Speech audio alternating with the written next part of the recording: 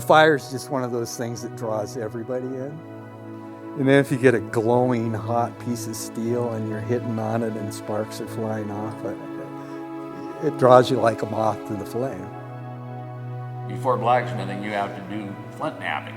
I mean, all the tools that anyone used in any craft were made by a smith. Blacksmithing is the king of the crafts. No other crafts can exist without it.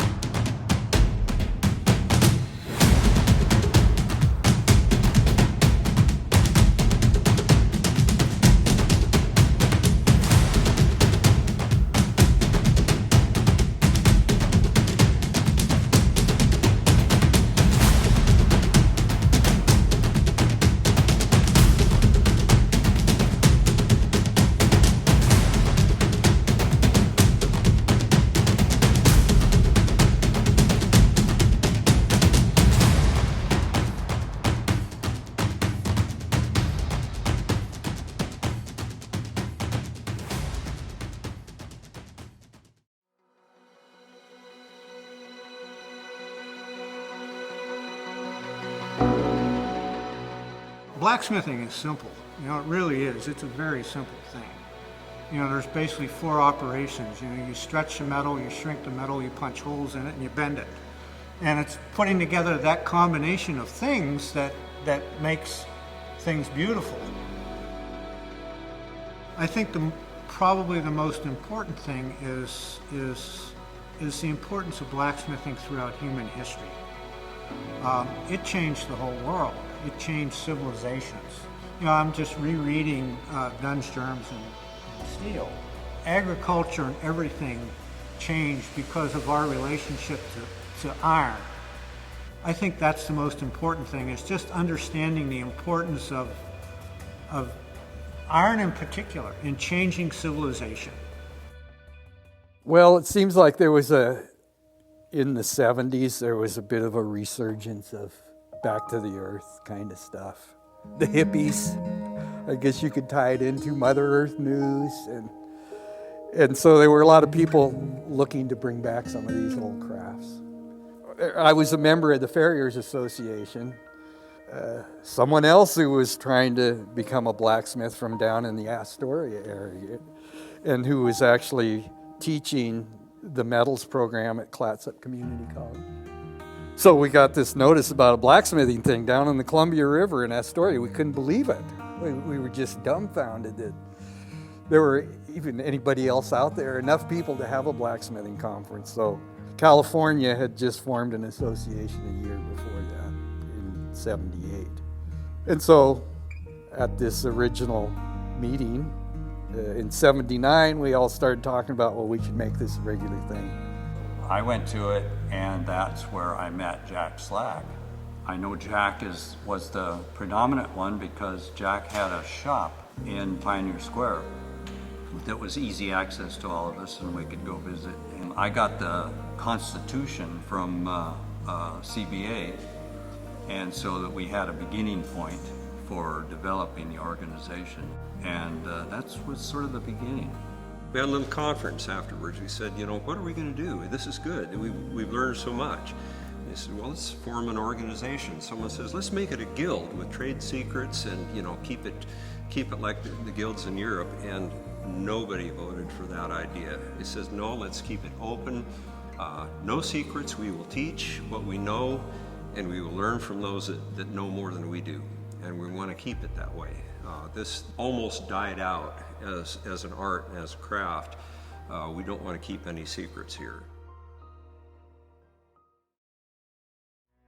Pre-internet days, this stuff wasn't at the tips of your fingers, It was hard work to find out. You either had to try to reinvent the wheel, or you had to find somebody who was willing to share it. Like Francis Whitaker, which was one of our original, inspirations and teachers. He shared so much information with us and was one of the grand old men that, that took his time to pass on the knowledge he learned at the Yellen shop in Philadelphia. He'd studied overseas in Germany. There were so many people that gave so much to the organization because they were interested in, preserving and passing on the craft. And some of that information is definitely irreplaceable.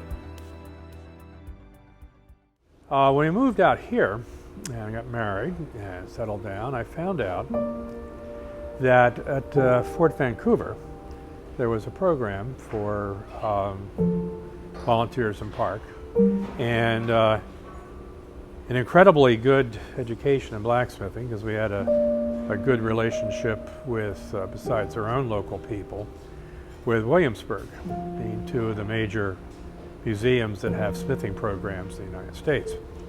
So we had a couple of weekends in fall where we'd bring out one of the Williamsburg smiths like Peter Ross or Jay Close, Shell, any of those guys. And it was wonderful. Well, this gate was one of the first projects we did as a group. We had Ken White, a friend of Jack Slack's, our founders, came over and gave this workshop. This photo of Harry Robinson is the gentleman that made the chain over there and the hooks on the end of it. He was a logging camp, railroad type blacksmith. This one we've done with, Mr. Culberson and Nahum Herson. Nahum was famous for doing his repoussé work. Rustin Zakeway did the rosette and the human form that's in the other building. He was where we had a lot of our first conferences, was at his shop in Port Townsend. We had some great ones there and some real feats. Mike Bondi and his brother Steve Bondi were a great influence on blacksmithing in the country as well as in the Northwest. This piece was at Tom Joyce workshop in Allen, Washington, and it's a beautiful piece of work. Notice the joinery and how all the elements blend. If you're serious about blacksmithing, the best money you can spend, though, is to go to a class. You can spend years fumbling through something, and all of a sudden you can launch yourself to another level with that class. Save your money, don't buy that extra hammer, put that extra money towards a class somewhere. I buy things at auction. I'm an auction junkie, and if I get something that can be used for anybody, I'll either sell it to them. I donated a lot of stuff to the organization here because my entire education in blacksmithing has come from the people in this organization. You're always learning from somebody. Jerry Culberson told me is when you quit learning, quit. There's no reason to keep going, because if you're not learning, you're not advancing your skills. And your ability to pass that on to other people is just as important as picking it up from other people. When I was a little kid, I was taught to fix tractors because that's where the business was. All the art stuff didn't come until we joined the NWBA. And then it just expanded our world, and Dad said, isn't that funny? We're actually hereditary of this, and yet we have no clue of how much the art impacted it. We've kind of had, like all volunteer groups of this nature, Ups and downs as far as we grow in membership, we lull in membership, and then we get a new spurt. And every time you get a new wave, that drives the feel of the club. For a while it focused in on maybe knives, and another time it focused in on pipe work, and you get different interest levels. But what's really funny is if you're around long enough, those interest levels circle back around.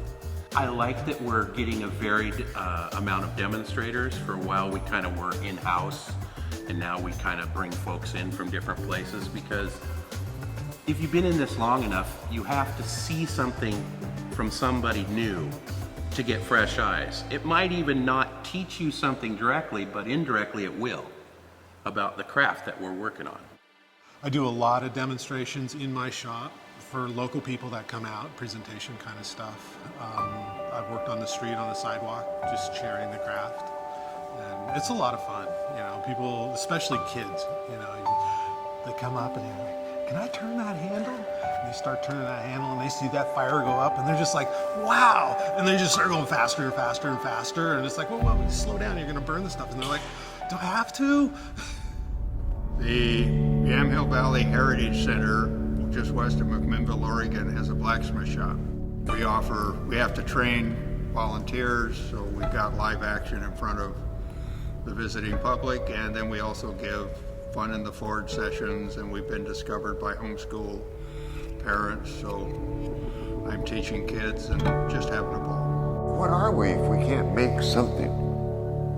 And, you know, anything.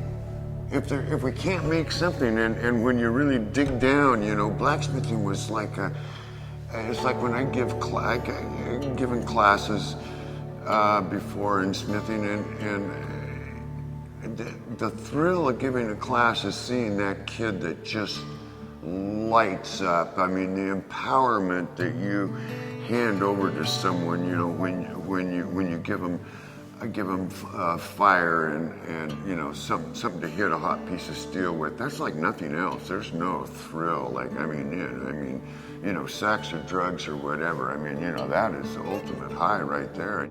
I'm always encouraged to have the female smiths because my own experience is they have a better eye for detail. I did mention Dave Lish is one of the leading knife makers in the country now, but my understanding is his wife Andrea has given him a good run for his money. She's making some beautiful knives.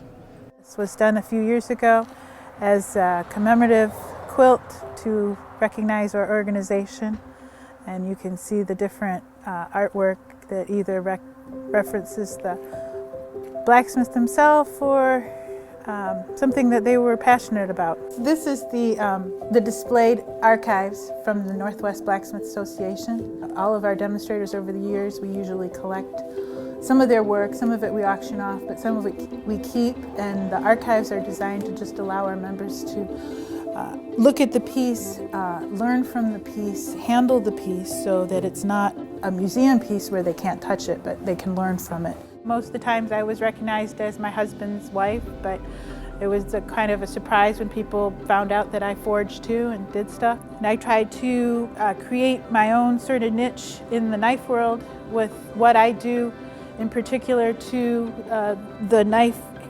bolster area here in this integral blade, where you'll see this shaping in here, and this is something that I specifically have worked hard to create my own little niche so that my knives stand out in a world where everybody's making knives. The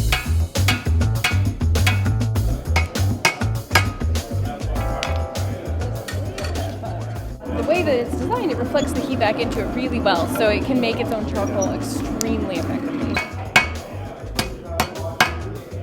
I think one of the things is that people used to learn this from an apprenticeship. So it's like your boy could be an apprentice. Yeah.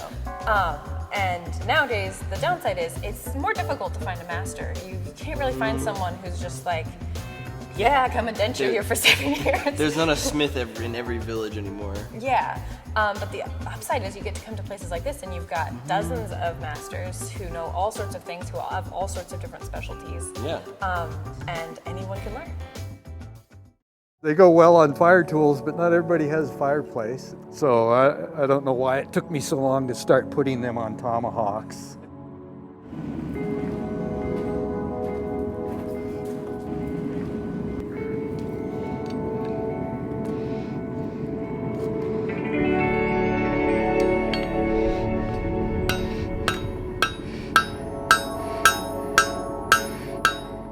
So it's through NWBA that I got involved with Timberline Lodge, in that one of our other early members was at the time the restoration smith for Timberline Lodge, Russell Moggins.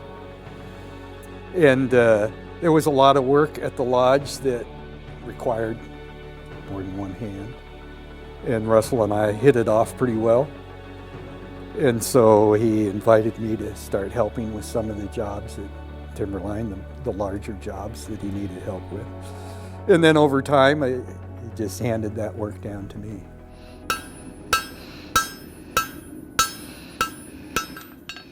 Darryl, at this stage, what make sure that you're not overdoing or doing too much of or too little of?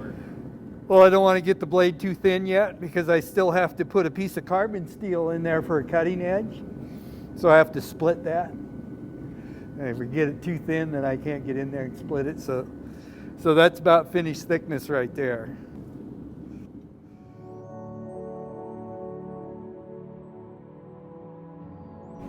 One of the big contributions groups like this have to society is, A, you're serving as a repository of some very interesting information that doesn't just exist unless somebody's tending it. And actually there is a huge amount of special knowledge that's within that group. It's had its ups and downs, but you know, we've taught a lot of people and have kept a lot of people going. Iron is in your blood. Iron is in every human being's blood. That's what makes it red.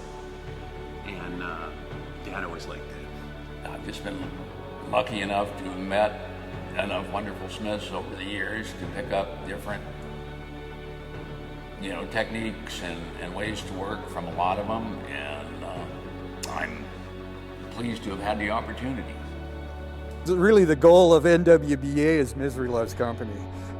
And the more people we can get sucked into this, the better we all feel about it.